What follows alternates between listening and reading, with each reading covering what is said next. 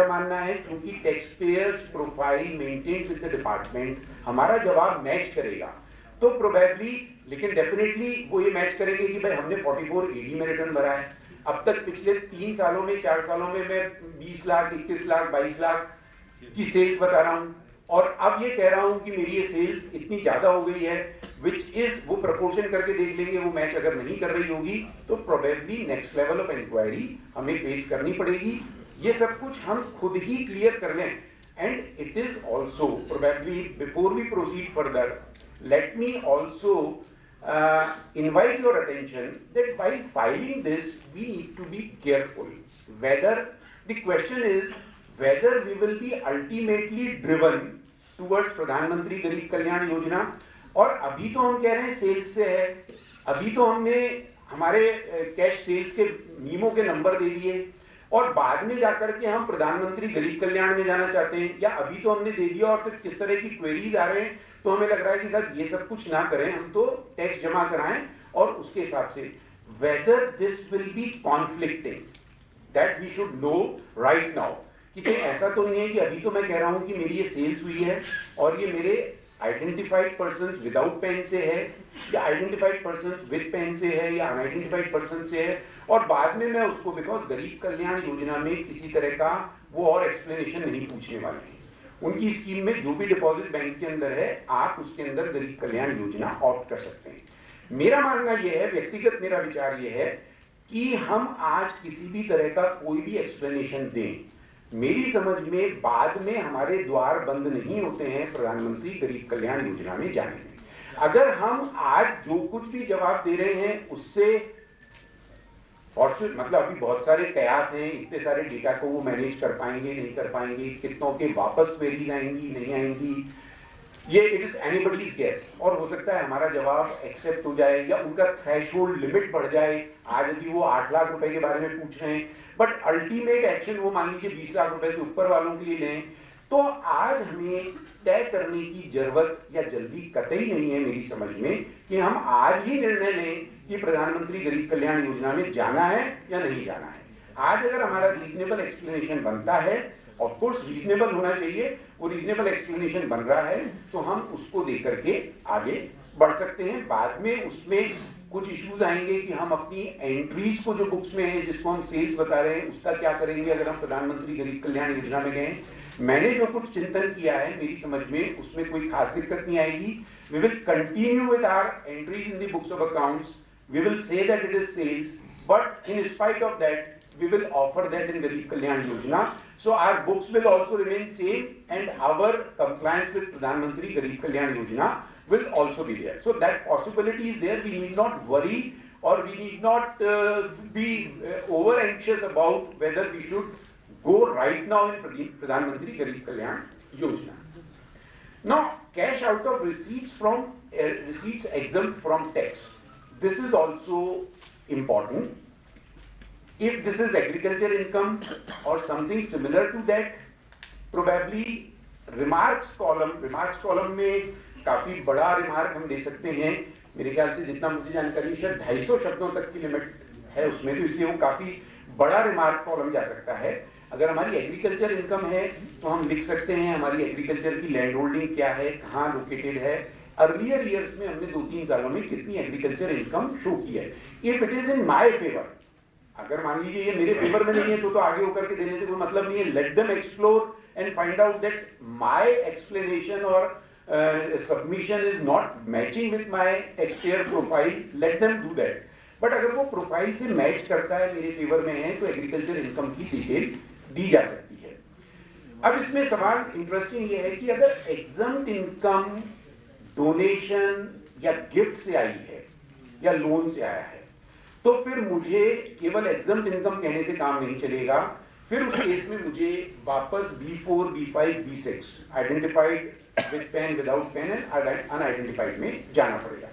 For example अगर कोई school या कॉलेज का है जिसकी एग्जम्प्ट इनकम है सेक्शन 1023C या सेक्शन 11 की वजह से वो एग्जम्प्ट है, तो वहां पर उसकी क्योंकि फीस आई है और फीस किसी गिफ्ट, डोनेशन और लोन की कैटेगरी में नहीं आती है, तो इसलिए उसकी अलग डिटेल देने की जरूरत नहीं है।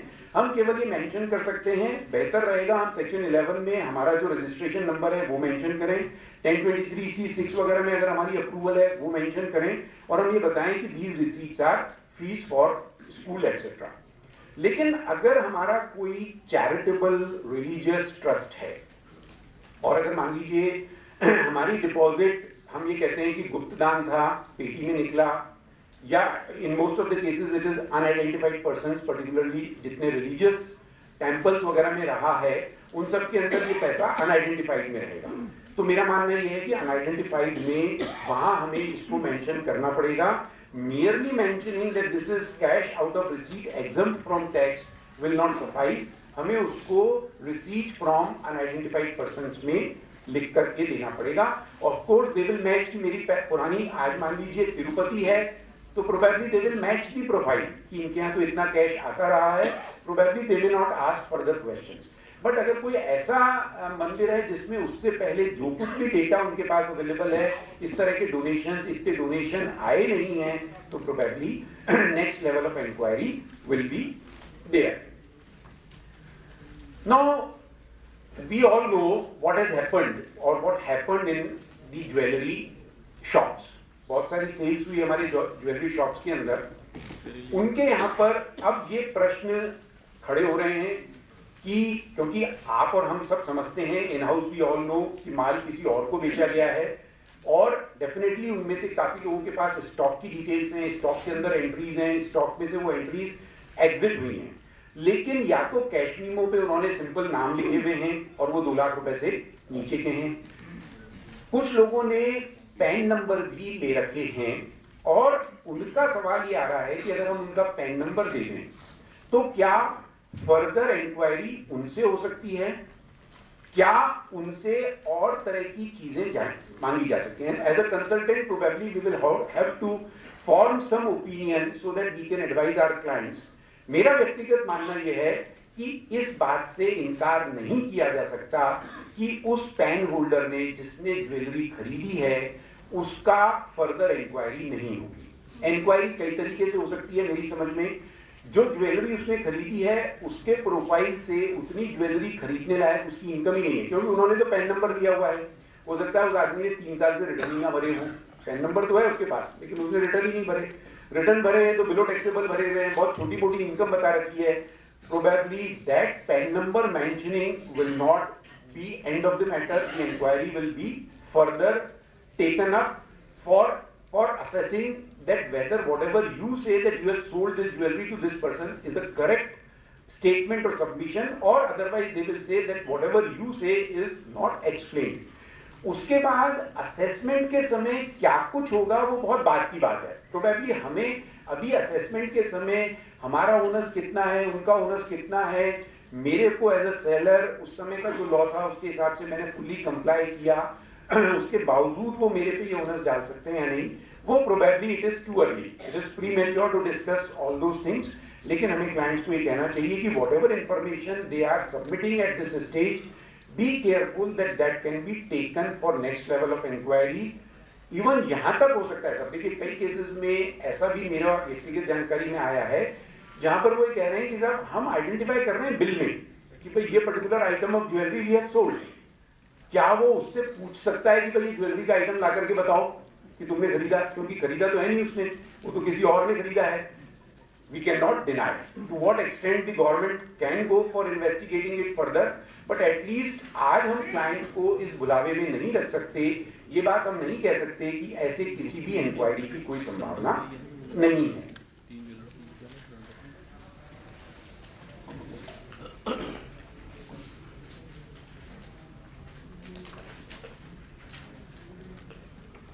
अगर इस 10 दिन के अंदर हमने कोई जवाब नहीं दिया तो कॉन्सिक्वेंसेस क्या होंगे? किसी तरह की कोई पेनल्टी का प्रावधान नहीं है, लेकिन नेक्स्ट लेवल पे हमें वो इंक्वायरी में ले जाएंगे and therefore we should not evade responding to these queries. Revision इसका संभव है रीसबमिशन के द्वारा, हम सेल्स को रीसबमिट करके उसका रिवीजन कर सकते हैं। कुछ एक केसेस ऐसे हैं, जैसे मान लीजिए मैं ई मित्र वाला काम करता हूँ, मेरे ख्याल से काफ़ी लोग परिचित होंगे कि जो ये टेलीफोन, ये बिजली वगैरह के बिल वगैरह जमा होते हैं, जिसमें उसका कमीशन बहुत कम होता है, लेकिन जो कैश आया है वो जमा कर देगा।